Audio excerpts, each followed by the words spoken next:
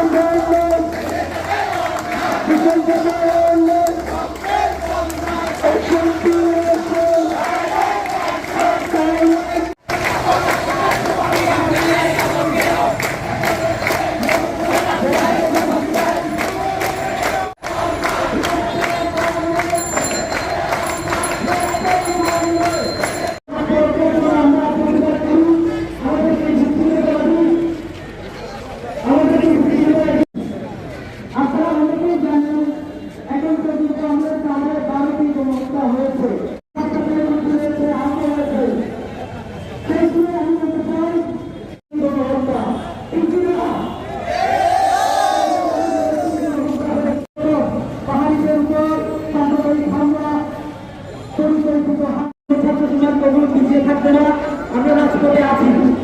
প্রয়োজনে যখন পাহাড়িদের উপর একটি আচরণ যদি আসে, প্রত্যেক যুগে যুগে আমরা দেখেছি পাহাড়ি ছাত্র সমাজ, আদিবাসী ছাত্র সমাজ তাদের ঐতিহাসিক দায়িত্ব কাঁধে তুলে নিয়েছে।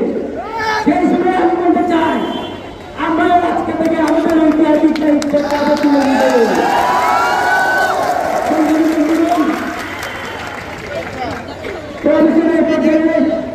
আমাদের আজকের এই প্রতিবাদ সমাবেশ পরবর্তী মিছিলে তাদের বক্তব্য নিয়ে আসবে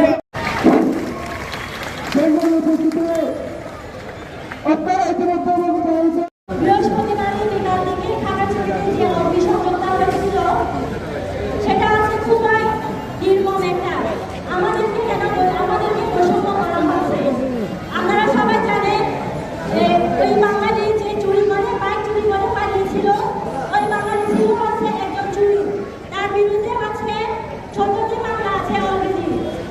তিনি যখন চুরি করে পালিয়ে গিয়েছিলেন তখন হচ্ছে রাস্তায় তাদের খাবারের সাথে আছে থেকে তারা আহত হন।